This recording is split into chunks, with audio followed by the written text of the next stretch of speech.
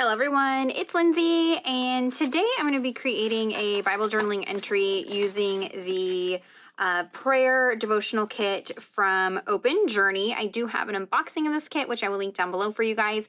You have the physical option or the digital option.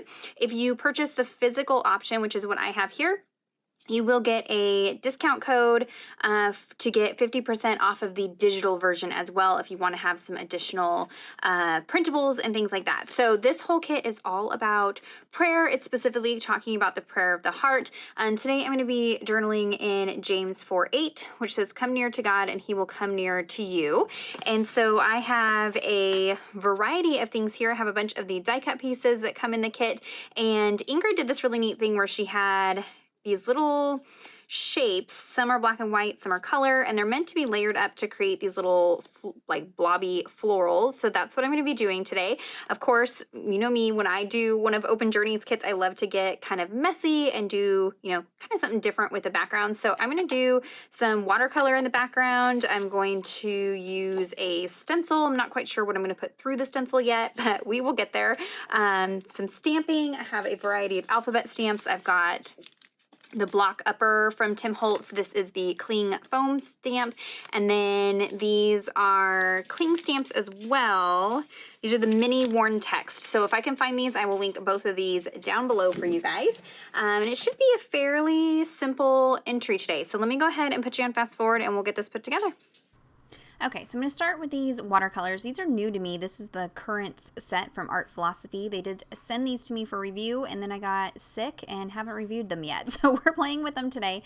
I've used some of these watercolors from them in the past and really enjoy them. So this particular palette is all blues and greens, and so I'm just, laying down a variety of blues and greens on the page, kind of in that bottom right hand corner and a little section up at the top.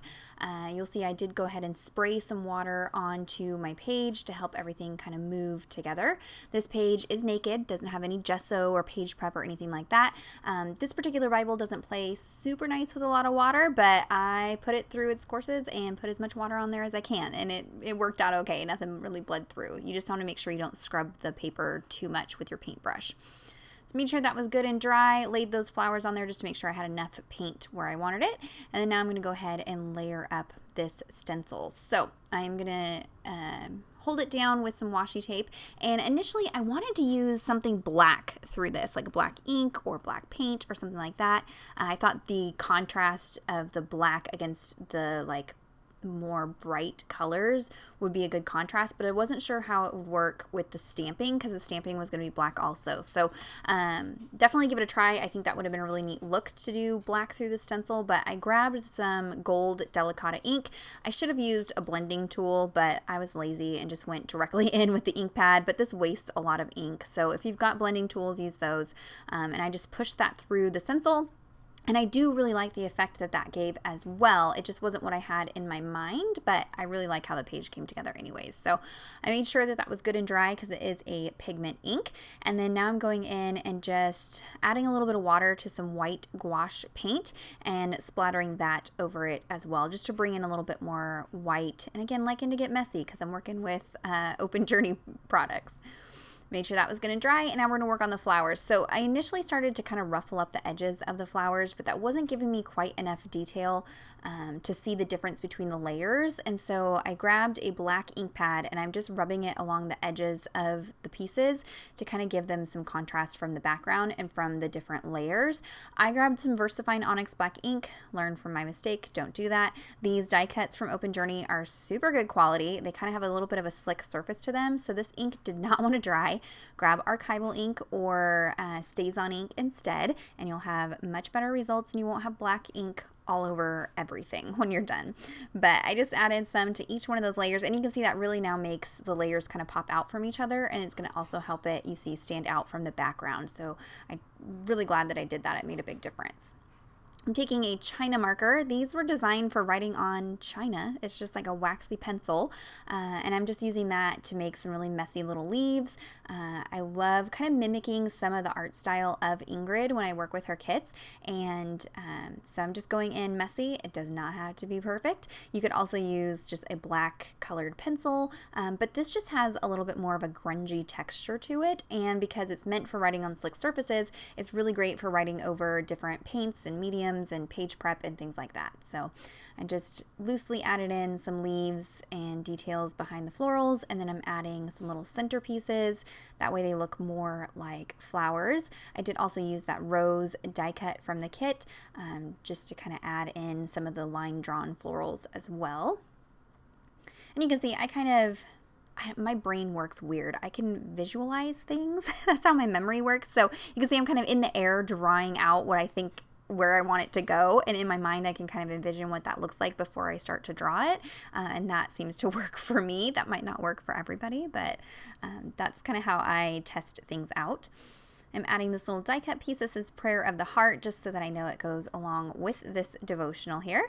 And now we're going to go ahead and work on the title. So I'm using those big blocky foam stamps. These are great because they're very inexpensive. They are great for mixed media, like if you're going to stamp with paints or different mediums like that, they're great for that. They do tend to lose their stickiness pretty quickly, and you just need to wipe off the sticky part with a baby wipe or some soap and water, and that will reactivate the stickiness if you're having a hard time with them sticking to your block. I inked it up with some archival ink, and then I stamped it off on a scrap piece of paper before bringing it to my page. These particular stamps hold a lot of ink, but I also wanted kind of a more grungy look, so that gives me that second generation stamping. And then I'm also going to use this smaller set. Now these are red rubber stamps, so I did do a second generation stamp for those as well, but then it wasn't quite as dark as I needed it to be. So I just went and crossed my fingers, hoped that I could get it lined up, because the red rubber, you can't see through them, and I was able to double stamp and it worked out just fine. So my title says Draw Near to Him, and then I can just leave myself a little nook here to journal out a prayer real quick. And I'm going to add the strip of washi down at the bottom. Thought it'd be nice to bring in another, chunk of black towards the bottom, since it's pretty heavy with black towards the top of the page. And then I'll add my date stamp, and then I'll highlight my verse, and that is going to be it for this page. So overall it took about 40 minutes, but that's because I had to get up and clean brushes and things like that in between, so really probably would have only been a 30-minute page. Love, love, love how it came out. You can see on the back side here a little bit of bleed through from the archival ink, but not too bad. So if you have any questions or comments, be sure to leave those down below. Check out the description box for links to everything that I used today. Give this video a thumbs up if you enjoyed it, and subscribe to my channel if you're not already subscribed. And until next time, thank you so much. Bye-bye.